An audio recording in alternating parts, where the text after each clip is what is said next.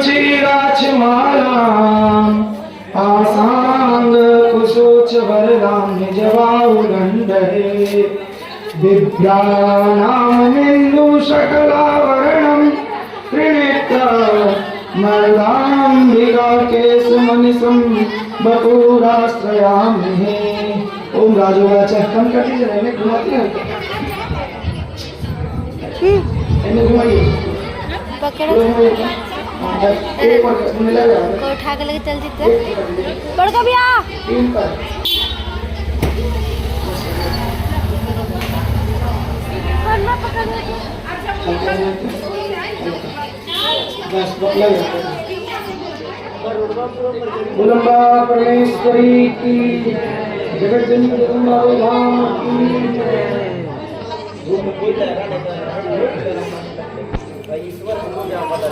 मैं अर्धनारीश्वर के श्री विग्रह की निरंतर शरण लेता हूँ।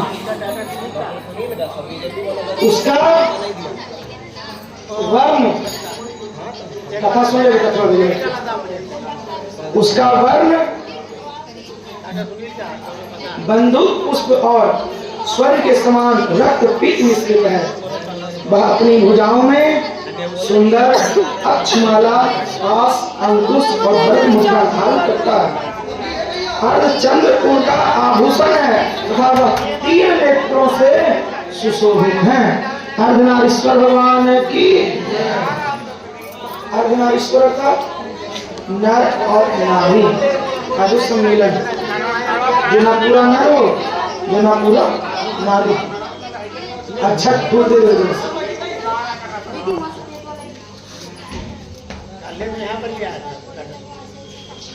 कल हम सभी ने जगदम्बा के दरबार में अष्टम चरित्र का श्रवण किया था, जिसमें आदि शक्ति की मातृगणों के द्वारा किस प्रकार से राक्षसों का वध होता है एवं महान असुर रक्त बीज का चंडिका के द्वारा और मां कालिका के द्वारा किस प्रकार से वध होता है, वो कथा हमने सुना था।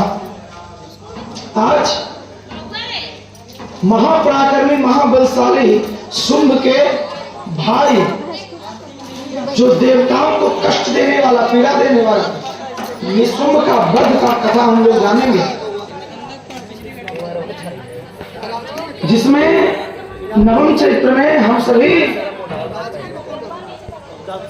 सबसे पहले अर्धनारीश्वर भगवान का ध्यान करते हैं। अर्धनारीश्वर की एक कहानी है जी। एक महादेव जी के भक्त हुआ करते थे, जो सिर्फ महादेव जी के भक्त हुआ करते थे। महादेव जी के भक्त हुआ करते थे, जो सिर्फ महादेव जी के भक्त हुआ करते थे। उनका कार्य क्या था? रोज उठना है और भोले बाबा के पास जाना है और उनका परिक्रमा लगा करके चलना है, बस। सत्यता में भोले बाबा के पास जाके कैलाश पर्वत पर, सतयुग में भगवान की पूजा, त्रेता में श्री राम, द्वापर में श्री कृष्ण की पूजा, कलयुग हुई सत्यनारायण। सतयुग जिस वक्त झल प्रपंच झूठ मोह माया किसी प्रकार का कोई धोखाधड़ी नहीं था, जिसमें हर इंसान का मन स्वच्छता, तन स्वच्छता, हृदय स्वच्छता, उस समय व्यक्ति अपने घर से निकल करके साक्षात प्रभु भगवान भगवती को पूजा करते थे। उसीलिए ऋषि पर्वत पर जाते और भगवान भोलेनाथ का परिक्रमा करके चला। माता पार्वती को देख के बड़ा आश्चर्य हुआ तो होता कि बताइए तो ये आता है कि भगवती ऐसे बड़ी बैठा है या भोलेनाथ है, वो देखो नहीं करे माई के तरह पूजा करने तो पीछे ही चल रही है।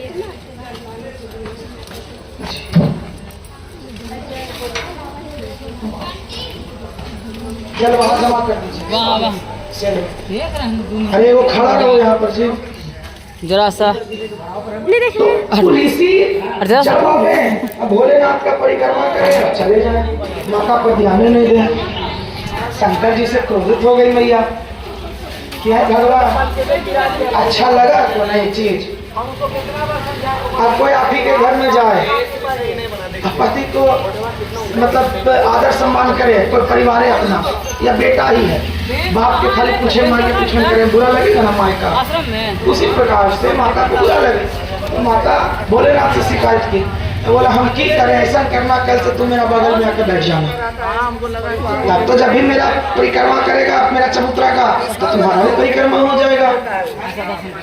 कल ऋषि आए, फिर माता को नहीं देखा, आभास कर लिए कि लगता है मैं भोलेनाथ के साथ भगवती बैठी हूँ। तो क्या किए कि वो चूहा का रूप धारण कर लिए और इतना सा जगह बचा हुआ था माता और भोलेनाथ के बीच में, तो वो चूहा बन करके घूम के निकल गए कि मतलब जाप करो तो बाबू के परिक्रमा करो, मैया के नहीं करो। माता को चली जाके गुस्सा, जो लेके बताइए कैसा हाथी भक्त हुआ भोले बाबा का। तो वो भक्त तोरे जैसा है को बौला। अच्छा भाई अच्छा नहीं, चुप रहा। कल कुछ और उपाय करे, कल जरी और सट के बैठ गई, माता थोड़ा और सट के बैठ गई। अब ऋषि कल गए, अब कल क्या किया कि एक मक्खी का रूप धारण कर लिया। अब इतनी सी जगह बचल था तो भगवान भोलेनाथ का परिक्रमा करके चलाए। अब मैया को और मैं बुला के ले, तेरा से ज्यादा बड़ा मूर्ख कोई है? सही में तो भाई तो बाल बच्चा तोड़े नहीं बंगला। अब पति बेचारा करे तो करेगा, तो अच्छा चाह करके भगवती को बैठा ले अपने पास, मगर सुने का भाग में लिखा है भगवान भोलेनाथ को वे अपनी स्त्री से सुन रहे हैं। तब फिर क्या हुआ, कल बोला कि थोड़ा और सट के बैठा, नहीं सट के नहीं बैठेंगे, वो फिर कुछ करेगा। नहीं एकदम जब जगह नहीं छोड़ोगी, जब एकदम जगह नहीं छोड़ोगे, स्टेशन छोड़ोगे तो कहाँ से परिक्रमा करके चलाओगे? कल माता थोड़ा सट करके बैठी भगवान भोलेनाथ के पास, कितनों सट के बैठेगा तो कम से कम इतना जगह जरूर छूटेगा। तो कल ऋषि क्या किए कि चीटी का रूप धारण कर लिया। अब फिर भोले बाबा को परिक्रमा करके अब तो मैया को जो सुनाने कब तक निकलिए ना, अब हम तुरंत भी बैठे करो, जा तू अपन भक्त तोड़े मुबारक। और है उधर जगह, अब क्या किया जाए भाई? पीछे होइए थोड़ा। अब क्या उपाय किया जाए कि मलकिनी को मनावे? ध्यान दीजिएगा, डॉक्टर का माता की है, जिनको बैठना हो कथा के लिए बैठ सकते हैं। आइए, क्या सुनाया कि एकदम जरीको स्पेस में चीटी का रूप धारण कर करके ऋषि परिक्रमा कर लिए भोले बाबा का। वहाँ जमा कर दीजिए। अब माता बोले कि हम तो सब बैठे नहीं करबो, जा हो गलो। तो कल क्या हुआ कि जब ऋषि आए देखे कि अरे महादेव जी अकेले तो हमारा रूप धारण करने की जरूरत नहीं पड़ती। अब महादेव क्या किए कि महादेवी को अपना नजदीक बुलाया माता को और कहा कि तुम मेरे अंदर समाहित हो जाओ, मगर आधा शरीर बाहर रखना। नहीं, माता पार्वती और शिव एक हुए, आधा पुरुष और आधा नारी, वही कहलाए अर्धनारीश्वर। बोलो अर्धनारीश्वर भगवान की जय। ये थी अर्धनारीश्वर की उत्पत्ति का कारण का कथा, असलियत। और समाज में इनका सम्मान भगवान के ही रूप में किया जाता है, किन्नरों का जो अर्धनारीश्वर होते हैं। कहा जाता है कि शुभ कार्य में अगर वो आकर के गीत नाद कर दे तो आपका घर फले फूलेगा, किसी को आशीर्वाद दे दे तो फले फूलेगा। इसलिए जहाँ पर देखिए पैसा नहीं रहे तो हाथ जोड़ लीजिए, कुछ नहीं करेंगे, उससे ज्यादा हट कीजिएगा तो आपके ज्यादा हटिए। बंद कीजिए उसको, अरे जाइए बंद कर दीजिए उसमें से। इन्हें के दैया सीधा करो ना, सीधा करो।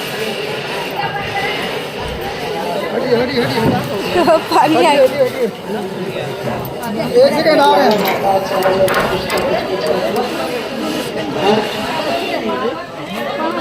अब भोले बाबा खुश हो गए भाई, गंगा जल आने लगा। बोलो गंगा मैया की जय। जरा जरा जरा जरा जरा, अरे बड़ी स्पेस है भाई माता के।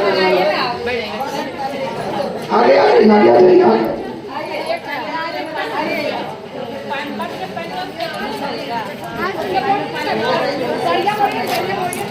बोलम्बा परमेश्वरी की।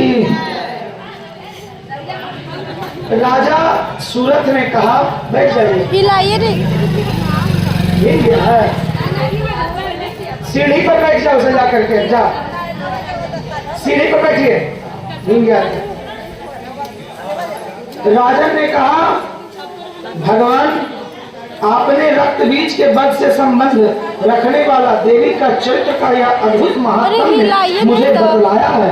अब रक्त बीज के मारे जाने पर अत्यंत क्रोध में भरे हुए शुंभ और निशुंभ का जो कर्म हुआ उसे मैं सुनना चाहता हूँ। मेधा मुनि से राजा सूरत कहते हैं। बाकी मुझ बैठे थोड़ा थोड़ा ऊपर चढ़ जाते हैं। चलिए उधर होता जरा सा मुद्यान डाल दी थोड़ा सा।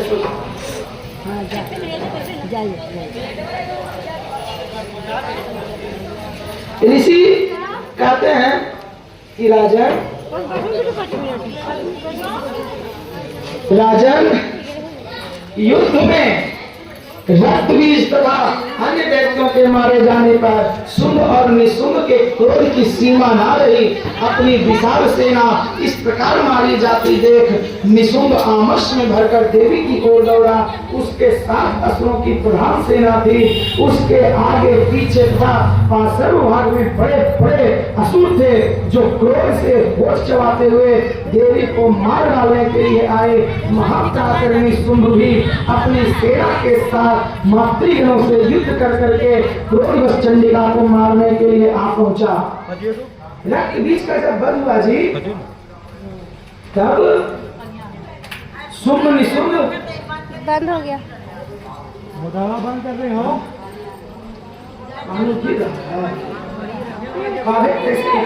बता दो बेटा। चाबी नहीं मैं बंद की। बोलो मोटर बंद कर दो। हाँ हो गया। खुला हुआ बुलंबा माता की। चाचा चाची फुआ फूफा इसमें सब बाद में करिए। थोड़ा सा कथा पर बैठ जाइए। हम भींगी के कथा सुनेंगे। आज पूरा मैया के भी नहाना स्नान करना चाहिए। स्नान तक आज चिंता करें। ये नहा सकती है ब्रह्मांड की जो नायिका है। समस्त ब्रह्मांड जिसने बनाया कामरा ने हमें कुछ नहीं कर सकता। बुलंबा माता की। तब देवी के साथ शुंभ और निशुंभ का घोर संग्राम छिड़ गया। वे दोनों दैत्य मेघों की भांति बाणों की भयंकर वृष्टि कर रहे थे। उन दोनों के चलाए हुए बाणों को चंडिका ने अपने बाणों के समूह से तुरंत ही काट डाला और शस्त्र समूहों की वर्षा करके उन दोनों दैत्यपतियों के अंग में भी चोट पहुंचाई। निशुंभ ने तीखी तलवार और चमकती हुई ढाल लेकर देवी के श्रेष्ठ वाहन सिंह के मस्तक पर प्रहार किया। शेर का खाल पहन लेने से गीदड़ से नहीं बनता। तो भगवती का जो वाहन सिंह था उस पर निशुंभ नामक राक्षस धावा बोला और अपने तलवार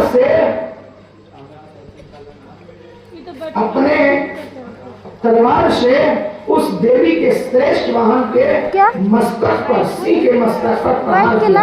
अपने वाहन को चोट पहुंचने पर देवी ने छुरपर नामक बाण से, एक तीर थी जिसका नाम था छुरपर, उस नामक बाण से निशुंभ की श्रेष्ठ तलवार तुरंत ही काट डाली जगदम्बा ने। और उसकी ढाल और तलवार कट जाने पर उस असुर ने शक्ति चलाई, किंतु सामने आने पर देवी ने चक्र से उसे भी 2 टुकड़े कर दिए। अब तो निशुंभ क्रोध से जल उठा और उस दानव ने देवी को मारने के लिए शूल उठाया, किंतु देवी के समीप आने पर उसे भी मुक्के से मार करके माता रानी ने चूर्ण कर दिया। तब उसने गदा घुमाकर चंडिका के ऊपर चलाई, परंतु वह भी देवी के त्रिशूल से कटकर भस्म हो गया। तदंतर दैत्याधिपति दैत्यराज निशुंभ को हर्षा हाथ में लेकर आते थे अंबिका महारानी मां जगदम्बा ने बाण समूहों से घायल करके निशुंभ नामक महादैत्य को धरती पर सुला दिया। बुलंबा परमेश्वरी की जय। उस भयंकर पराक्रमी भाई निशुंभ के धाराशायी हो जाने पर शुंभ को बड़ा क्रोध हुआ और अंबिका का वध करने के लिए वह आगे बढ़ा। रथ पर बैठे बैठे ही उत्तम आयुधों से सुशोभित अपनी बड़ी बड़ी अनुपम भुजाओं से समूचे आकाश को ढककर वह अद्भुत शोभा पाने लगा। शुंभ भी था जी बड़ा पराक्रमी और बड़ा महाबलशाली राक्षस था। भयंकर शासन करने वाला दैत्यों का राजा था शुंभ। और वह दैत्याधिपति शुंभ अपने शरीर से हजारों हजार भुजाएं निकाल करके अपने शरीर को एकदम बढ़ा करके आकाश को ढक दिया और अम्बा रानी से माता जगदम्बा देवी से युद्ध करने के लिए आगे आया। उसे आते देख देवी ने शंख बजाया। माता रानी ने जब देखा कि महादुष्ट शुंभ हमारे पास आ रहा है युद्ध के लिए, तो माता रानी ने शंख की ध्वनि आरंभ की और धनुष पर प्रत्यंचा चढ़ाया। और प्रत्यंचा भी अत्यंत गुस्सा आते देख शब्द किया। मतलब जब असुर आ रहा था माता रानी के पास, तो प्रत्यंचा को चढ़ा करके माता ने यह प्रत्यंचा ताना धनुष का और कस के छोड़ा। उससे एक ध्वनि उत्पन्न हुई। साथ ही अपने घंटे के शब्द से, जो माता के हाथ में करके देखे होंगे प्रतिमा में घंटा बना हुआ रहता है, माँ ने जोर जोर से उस घंटे को बजाना आरंभ किया। साथ ही जो समस्त दैत्य सैनिकों का तेज नष्ट करने वाला था, संपूर्ण दिशाओं को व्याप्त कर दिया। तदंतर सिंह ने भी अपनी दहाड़ से, जिसे सुनकर बड़े बड़े गजराजों का महान मदचूर हो जाता है, आकाश पृथ्वी और दसों दिशाओं को गुंजा दिया। माता ने शंख बजाया, प्रत्यंचा छोड़ी, घंटा बजाया और माता का जो वाहन सिंह था बब्बर से, वह जोर जोर से दहाड़ना आरंभ किया। फिर भद्रकाली ने, कालिका महारानी ने आकाश में उछल करके अपने दोनों हाथों को इस प्रकार किया। दोनों हाथों को जोड़ करके पृथ्वी पर इस प्रकार आघात किया, एकदम जोर से पटका पृथ्वी पर। उससे एक भयंकर शब्द उत्पन्न हुआ, जिससे पहले के सारे शब्द शांत हो गए। उस मुक्के के शब्द में इतनी जोर और इतनी ध्वनि थी। बोल भद्रकाली माता की।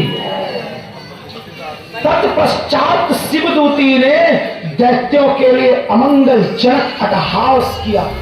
शिवदूती कौन जी? वो चंडिका महारानी जो माता के शरीर से उत्पन्न हुई थी, जो जब चिल्लाती थी तो लगता है कि हजारों हजार गिरड़ एक साथ चीख रहे हो, हजारों हजार गिरड़ियां एक साथ चिघाड़ रहे हो। वो शिवदूती ने, जिसने महादेव जी को दूत बना करके दैत्यों के पास भेजा था। इन शब्दों को सुन करके उन्होंने अमंगलजनक अट्टहास किया। अट्टहास अर्थात जाना है तो यहाँ पर जा सकते हैं। अमंगलजनक अट्टहास किया अर्थात भगवती ने जोर जोर से हंसना प्रारंभ किया, एकदम जोर जोर से हंसना आरंभ किया। इन शब्दों को सुनकर समस्त असुर थर्रा उठे, किंतु शुंभ को बड़ा क्रोध हुआ। शुंभ जब ऐसा ध्वनि सुना जी, तो उनको बड़ा क्रोध हुआ और जगदम्बा ने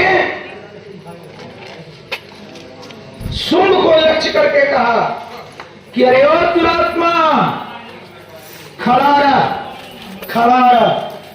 तभी आकाश में खड़े हुए देवता बोल उठे, जय हो हे माता रानी, आपकी सदा ही जय हो।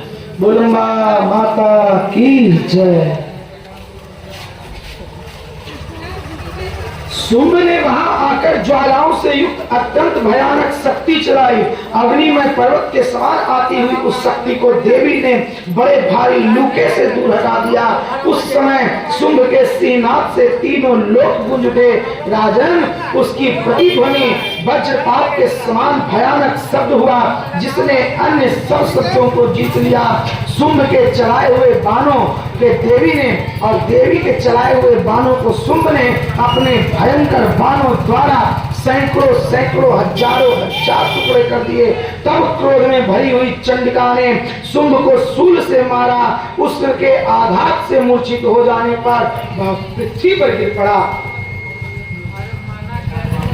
इतने में ही निशुंभ को चेतना हुई और उसने धनुष हाथ में लेकर बाणों द्वारा देवी काली तथा सिंह को घायल कर डाला।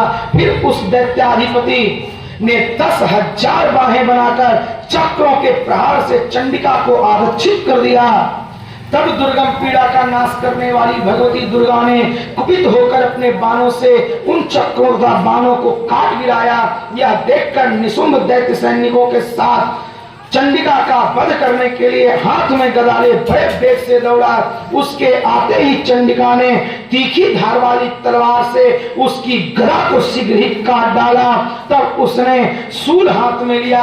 देवताओं को पीड़ा देने वाले निशुंभ को शूल हाथ में लिया हुआ देखाते चंडिका ने वेग से चलाए हुए अपने शूल से उसकी छाती छेद डाली। शूल से विदीर्ण हो जाने पर उसकी छाती से एक दूसरा महाबली पराक्रमी पुरुष खड़ीरा खड़ीरा ऐसा कहता हुआ बाहर निकला।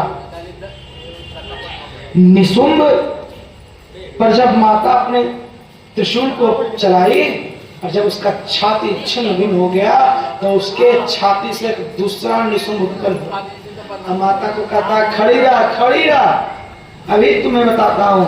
ऐसा कह करके निकला। उस निकलते हुए पुरुष की बात सुनकर देवी ठठा करके हंस पड़ी। बताओ मूर्खवा हमको कहता खड़ीरा खड़ीरा। अरे तुमको तो हम खड़ा कर ले। तुम्हारे अंदर जो शक्ति है जो माया वो है कौन? हम है महामाया। तुम जिस शब्द से बोल रहे हो शब्द कौन है? मैं हूं। तुम जिस घमंड पर अभिमान कर रहे हो वो घमंड कौन है? मैं हूं। तो माता जोर जोर से ठठा ठठा कर हंसने लगी और खड्ग से उन्होंने उसका मस्तक काट डाला। फिर तो वह पृथ्वी पर गिर पड़ा। बुलंबा माता की जय। तदंतर सिंह अपनी दहाड़ों से असुरों की गर्दन कुचल करके खाने लगा। यह बड़ा भयंकर दृश्य था जी। उधर काली तथा शिवदूती ने भी अन्य अन्य कितने ही महादैत्य को भक्षण करना आरंभ किया। कौमारी की शक्ति से विदीर्ण होकर कितने ही महादैत्य नष्ट हो गए। ब्रह्मानी के मंत्रकूट से जल से निस्तेज होकर के कितने ही भाग खड़े हुए।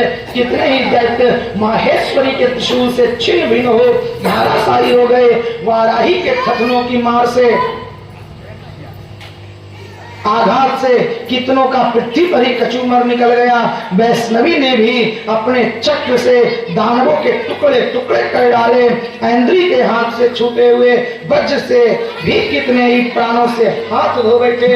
बोलंबा परमेश्वरी की महिला। कुछ असुर नष्ट हो गए, कुछ उस महायुद्ध से भाग गए तथा कितने ही काली और माता शिवदूती तथा भगवती के वाहन सिंह के ग्रास बन गए। बुलम्बा माता की। इस प्रकार से मार्कंडेय पुराण में सब निम्नतर कथा के अंतर्गत देवी महात्म्य में निशुंभ वध नामक नववा चरित्र पूर्ण हुआ। अम्बा परमेश्वरी की। दशम चरित्र किस प्रकार महाभयानक असुर शुंभ का वध होता है वह कथा हम सभी अब सुनने जा रहे हैं। ध्यानम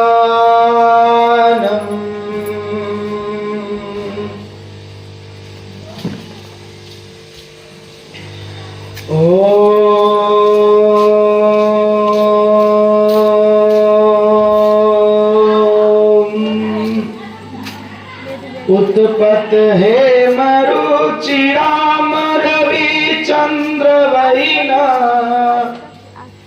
नेतां धनो सरयुता अंकुश पास शूलम रम्ये भुजश्च दधतिं शिव शक्ति रूपा कामेश्वरी हृदय भजामि धृत इंदुलेखा धृतेन्दु लेखान। अम्बा माता की। मैं मस्तक पर अर्ध चंद्र धारण करने वाली शिव की शक्ति स्वरूपा, जो शिव जी की शक्ति है, उन भगवती कामेश्वरी का हृदय से चिंतन करता है। कामेश्वरी देवी का मंदिर है कामाख्या में। कामाख्या माई को कामेश्वरी माता भी कहते हैं। कामेश्वरी माई का स्वरूप कैसा है जी? 4 सिर अगल बगल में, 1 सिर माथे पे, और भगवान शिव के नाभि से कमल निकला हुआ, उस पर माता बैठी हुई है। कभी कामाख्या जाइएगा तो सबसे पहले आपको इसी प्रतिमा का दर्शन होगा। माता कामेश्वरी देवी का अत्याधिक चिंतन, अत्याधिक ध्यान, अत्याधिक मतलब पूजा पाठ बड़े बड़े कष्टों को दूर करने वाला होता, मन को शांत करने वाला होता। जो व्यक्ति मन से शांत है, जो व्यक्ति मन से शांत है, वो कहीं कोनों में बैठ जाएगा तो कमा के खा लेगा। ऐसी हमारी माता कामेश्वरी देवी का कृपा होता है। किसी कोना में भी बैठ जाएगा तो कमा के खा लेगा। ऐसी भगवती कामेश्वरी देवी मां मंगलावती की कृपा है। कामेश्वरी महारानी का चिंतन अधिकतर बता देते हैं तांत्रिक लोग, साधक लोग, सिद्ध साधक लोग, या आप हम सब लोग कर सकते हैं, पर श्रद्धा अटूट होनी चाहिए। बोल कामेश्वरी माता की। वे तपाए हुए स्वर्ण के समान सुंदर हैं। तपाए हुए स्वर्ण मतलब समझते हैं, जो सोना एकदम चमकता है वैसा। सूर्य, चंद्रमा और अग्नि, ये 3 उनके नेत्र हैं। सूर्य, चंद्रमा और अग्नि जिनका नेत्र हो, उनका बल का कहीं कोई सीमा है जी? नहीं ना। जिनका नेत्र ही सूर्य है, चंद्रमा और अग्नि है, बताइए, वो भगवती चंडिका हमारी महारानी है। ये तीनों उनका नेत्र तथा वे अपने मनोहर हाथों में धनुष, बाण, अंकुश, पाश और शूल धारण करती हैं। बोलंबा माता की जय। ऋषि कहते हैं कि राजन, अपने प्राणों के समान प्यारे भाई निशुंभ को मारा गया देख तथा सारी सेना का संहार होता जान निशुंभ ने कुपित होकर कहा कि दुष्ट दुर्गे, तू बल के अभिमान में आकर झूठ मूठ का घमंड ना दिखा। कितना तेज है असुर, बताइए। घुसकुन्नी पहले खुद करता है, घुसकुन्नी पहले खुद करेगा और बाद में गलती ठहरा देगा आप ही को कि आप ही गलत है। तो असुर राज शुंभ लड़े गया जगदम्बा से खुद, और जब उसका सफाया होने लगा सेना का, उसका घमंड नाश होने लगा, तो उल्टे जगदम्बे माता के कहता है कि हे दुष्ट दुर्गे, तू अपने बल के घमंड में आकर के झूठ मूठ का दिखावा मत करो। तू बड़ी माननी बनी हुई है, अपने मन का करती है, किंतु दूसरी स्त्रियों का बल का सहारा लेकर लड़ती है। सोचिए जरा, आज से 1 दिन पहले हम लोगों ने कथा में क्या सुना था? यही शुंभ था ना जी, जो अपने असुरों को आज्ञा देता है कि मेरी आज्ञा से ऐसे ऐसे कुल के राक्षस लोग 50,000, 60,000, करोड़ों रथी लेकर के मेरी आज्ञा से प्रस्थान करें। यही वो शुंभ था ना। 7-8 माता मिल करके लड़ रही है, तब इसको इस चीज का छाया गया। तब बोलता है कि स्त्री लोग का सहारा लेकर के लड़ रही है, ढेर सारा का सहारा लेकर के लड़ रही है। वही शुंभ था जो हजारों हजार सेना को भेजा था जगदम्बा से लड़ने के लिए, वो भूल गया। जब हारने लगा, पराजित होने लगा, तब बौखला करके बोले कुछ न कुछ अलबल बकवे करेगा। तो सोचिए कि जगदम्बा को किस प्रकार से अपमानित करके जब जान रहा कि जगत जन नहीं है, मेरा सेना इतना बर्बाद हो गया, अब तो उसको समझ जाना चाहिए कि अब मैं शांत पड़ जाऊं, अब हो गया, बहुत हो गया। तो माता से कहता है किंतु दूसरे स्त्रियों का बल का सहारा लेकर के तुम लड़ती हो।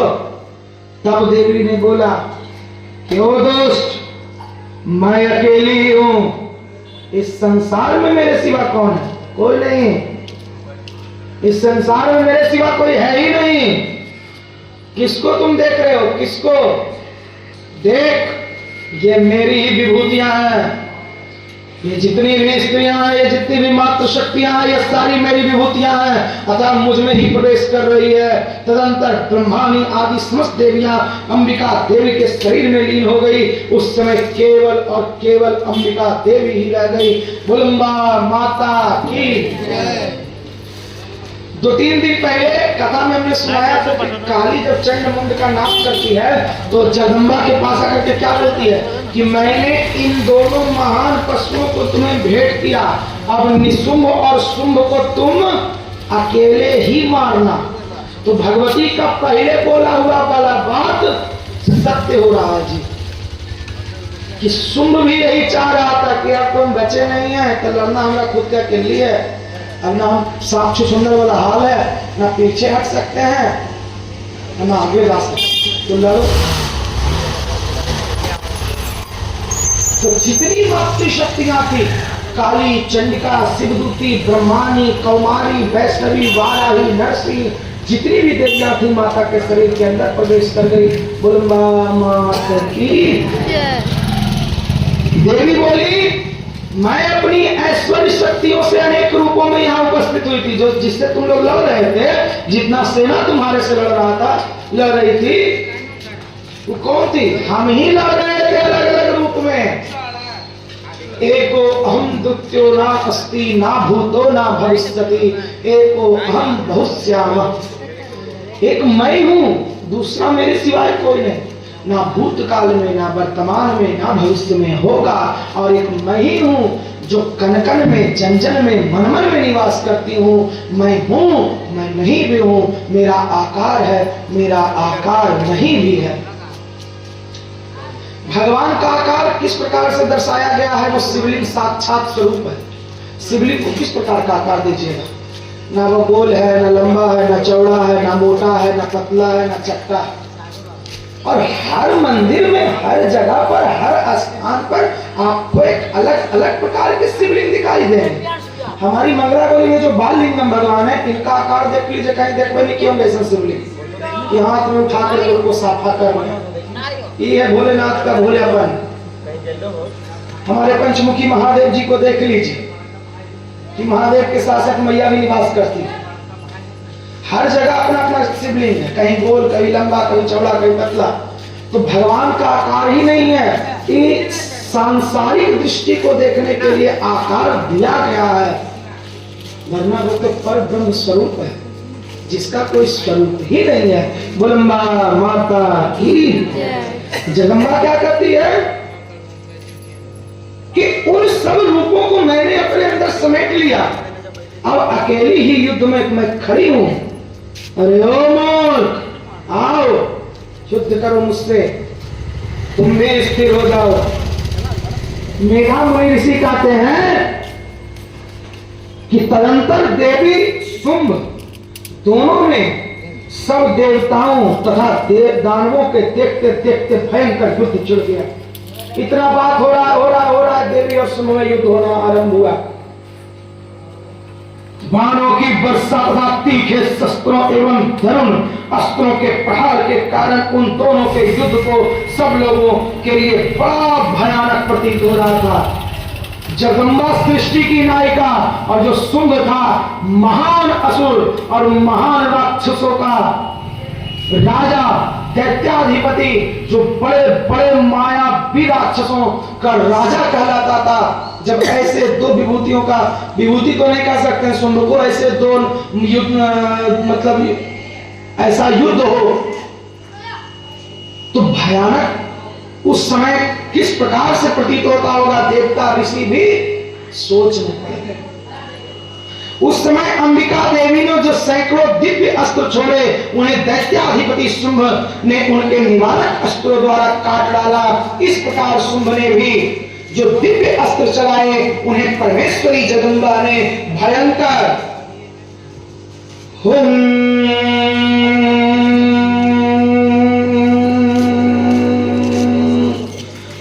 शब्द से उच्चारण मात्र से आदि द्वारा खिलवाड़ में ही नष्ट कर दिया। बुलम्बा माता की। जब माता तीर चलावे तलवार चलावे तो वो दीवार अस्त्र छोड़े, और जब असुर अस्त्र छोड़े तो माता खाली कहे हूंग, इतने में उसका अस्त्र बर्बाद हो जाए। खेल खेल में माता। तब उस असुर ने सैकड़ों बाणों द्वारा देवी को आरक्षित कर दिया था, ढक दिया। यह देखकर क्रोध में भरी हुई उन देवी ने भी बाण मार करके उसका धनुष काट डाला। धनुष कट जाने पर फिर भी दैत्याधिपति शक्ति हाथ में ली, किंतु देवी ने चक्र से उसके हाथ की शक्ति को भी काट डाला।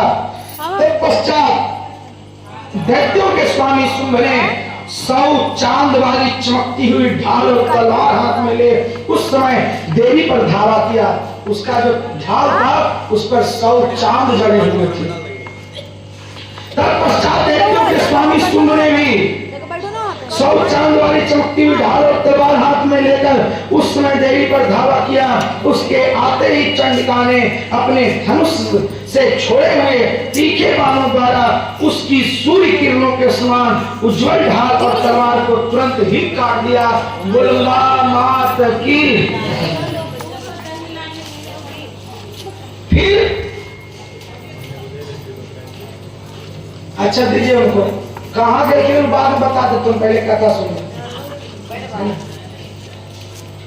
फिर उस दैत्य के घोड़े और सारथी मारे गए।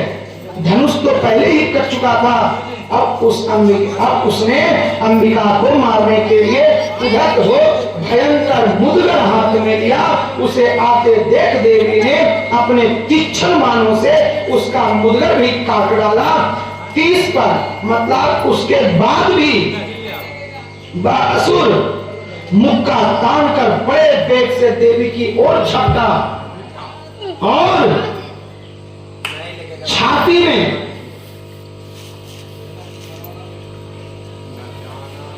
झपटा और उस दैत्यराज ने देवी की छाती में एक मुक्का मारा। तब उन देवी ने भी उसकी छाती में एक चांटा जड़ दिया। देवी का थप्पड़ खाकर दैत्याधिपति शुंभ पृथ्वी पर गिर पड़ा, किंतु पुनः सहसा पुरता उठकर खड़ा हो गया। फिर वह उछला और देवी को ऊपर ले जा करके आकाश में खड़ा हो गया। तब चंडिका आकाश में भी बिना किसी आधार के ही शुंभ के साथ युद्ध करने लगी। उस समय दैत्य और चंडिका का आकाश में एक दूसरे से लड़ाई होने लगी। उनका वह युद्ध पहले सिद्ध और मुनियों को विस्मय में डालने वाला था। ये क्यों बोला जा रहा है कथा में, सिद्ध मुनियों को विस्मय में डालने वाला? जो माया से रहित हैं, जो माया से परे हो, जिनको अच्छा बुरा कुछ समझ में नहीं आता, भय नाम का चीजें नहीं हो जिनके हृदय में, वैसे ऋषि मुनि को भी भय उत्पन्न होने लगा देवी और शुंभ का युद्ध देख करके। फिर अंबिका ने शुंभ के साथ बहुत देर तक युद्ध करने के पश्चात उसे उठाकर घुमाया और पृथ्वी पर पटक दिया। पटके जाने पर पृथ्वी पर आने के बाद वह दुष्टात्मा दैत्य पुनः चंडिका का वध करने के लिए उनकी ओर बड़े वेग से दौड़ा। तब समस्त दैत्यों के राजा शुंभ को अपनी ओर आते देख देवी ने त्रिशूल से उसकी छाती छेदकर उसे पृथ्वी पर गिरा दिया। देवी के शूल की धार से घायल होने पर उसके प्राण पखेरु उड़ गए। बोल मां मंगलाग्नि माता की, चंडिका महारानी की। और वह समुद्रों, द्वीपों तथा पर्वतों सहित समूची पृथ्वी को कपाता हुआ भूमि पर गिर पड़ा। भाई महान असुर था, उसका आकार इतना बड़ा था कि पृथ्वी को देखता था इसे करके आंख से, पृथ्वी पर खड़ा होकर के, और पृथ्वी से इतना ऊंचा होकर के आकाश से पृथ्वी को इसे देखता था। इतना बड़ा महाबलशाली था असुर। और जब वह गिरा तो समस्त पहाड़ पर्वत कांपने लगे। तदंतर उस दुरात्मा के मारे जाने पर संपूर्ण जगत प्रसन्न एवं पूर्ण स्वस्थ हो गया। पहले जो उत्पात सूचक मेघ और उल्का पात होते थे वे सब शांत हो गए तथा उस दैत्य के मारे जाने पर नदियां भी ठीक मार्ग से बहने लगी। मतलब जब तक उस दैत्य का शासन था जी, अचानक उल्कापात होता था, आग बरसता था आकाश से, नदी बहे केरने तब आ जाए, हवा चले केरने तब आ जाए, प्रलय रहता था, हवा चलते रहता था। किसी घर में ही कोई कलह कलेश करने वाला इंसान आ जाए, कोई घर में ही कलह कलेश करने वाला व्यक्ति है, वो घर कोई फलता फूलता नहीं। जहां सुमति कहीं संपत्ति नाना, जहां कुमति कहीं विपत्ति नाना। शांत रहिए और स्थिति को स्वीकार कीजिए। मनुष्य का सबसे बड़ा ताकत है शांति। चुपचाप बस खाली सुनिए, कहिए कुछ नहीं, कहिए उससे जो सुनती है या जो सुनता है, मतलब हमारे भोले बाबा और हमारी भगवती। बाकी आपके साथ क्या हो रहा है, नहीं हो रहा है, क्या होगा नहीं होगा, उस स्थिति को स्वीकार करना सीखिए। कहते हैं कि जब अति का अत हो जाए तब इंसान को जवाब देना चाहिए, मगर हम कहते हैं कि अति का अत भी हो जाए तो भी शांत रहिए, क्योंकि आप सह लीजिएगा आप पर किया हुआ अत्याचार तो परमेश्वर नहीं सहेंगे। यहां कोई लिखने वाला नहीं है, पर वहां सबका खाता लिखा रहा है कि कौन क्या कर रहा है संसार में, किसके मन में छल है और किसके मन में बल है, वो सब कुछ देख रही है, वो सब कुछ देख रहा है।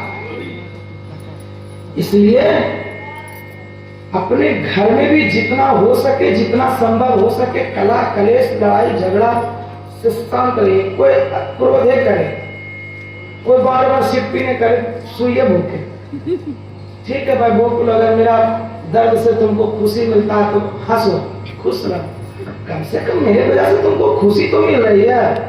हमको परेशान कर करके, हमको पीड़ा पहुंचा करके अगर तुम 2 पल के लिए खुश हो रहे हो, तुम हंस रहे हो, या मेरी मूर्खता देख करके तुम खुश हो रहे हो, तो अच्छी बात है।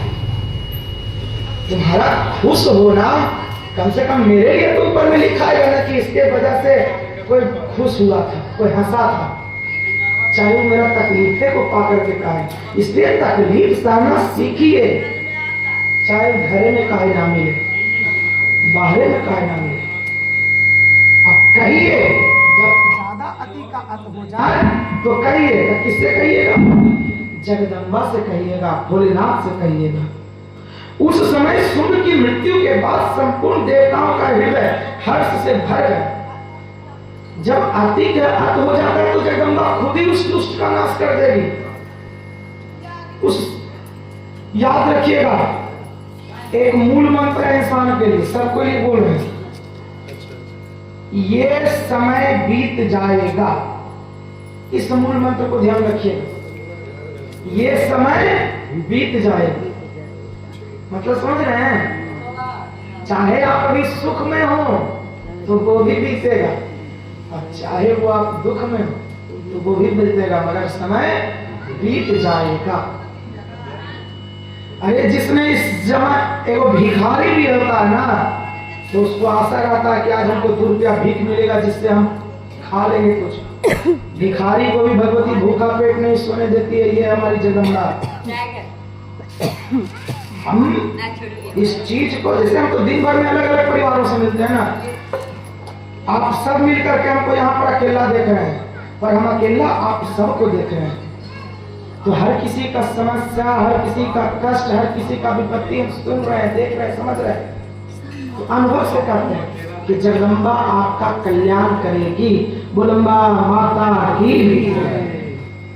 ऐसा होने पर गंधर्व मधुर गीत गाने लगे, दूसरे गंधर्व बाजा बजाने लगे और अप्सराएं नाचने लगी, पवित्र वायु बहने लगी, सूर्य की प्रभा उत्तम हो गई, अग्नि शाल की बुझी हुई आग अपने आप प्रज्वलित हो उठी तथा संपूर्ण दिशाओं के भयंकर शब्द शांत हो गए। इस प्रकार श्री मार्कंड पुराण में सावर्णी मंत्र कथा के अंतर्गत देवी महात्म्यम सुंदर नामक 10वां चित्र अम्बा परमेश्वरी की जय, मां मंगला महारानी की जय।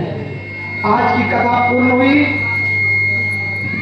कल भगवती जगदम्बा के दरबार में हम सभी एकादश, द्वादश और त्रयोदश चरित्र स्मरण करेंगे, जिसमें मैया के प्रति किन किन स्तोत्रों द्वारा, शब्दों द्वारा बखान है, वो हम सभी जानेंगे। माता को किस प्रकार पूजा पाठ करनी चाहिए कि भगवती प्रसन्न होती है, वो जानेंगे। भगवती आपका कल्याण करे। आज शाही स्नान है, इसलिए बस भजन में एक चीज, मंगला गौरी मैया के नाम हरे कृष्णा,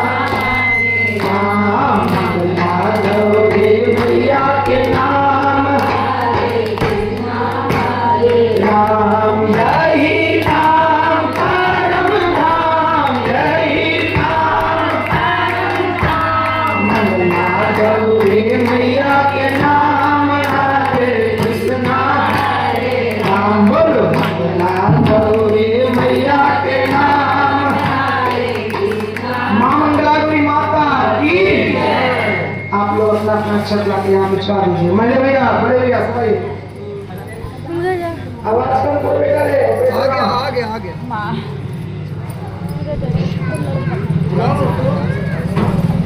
चल जाओ अंदर, बड़का वो हाथ में लड़का को पैर लेके कि हाथ लेके दादी थोड़ा पूरा हो जाए ना आरती। पैर दिन रे मां आगे चढ़ा लो अपने पुस्तक, चढ़ाओ ना। जाने देते तो हमको जाने देते तो हमको जाने देते तो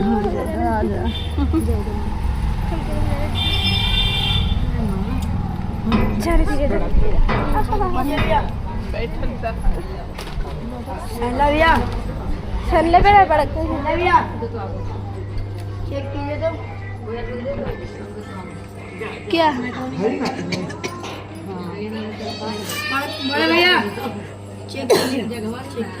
हेलो बोलो, जय मां मंगला गौरी। अरे धीरे बेटा, और चाहिए ना पैर नहीं छुआ, भाग रखो। हेलो, जय मां मंगला गौरी। पापा के दे बेटा।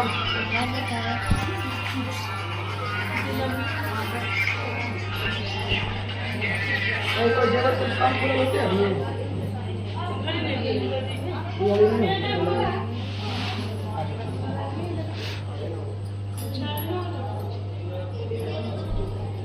ना, तो चल होगा।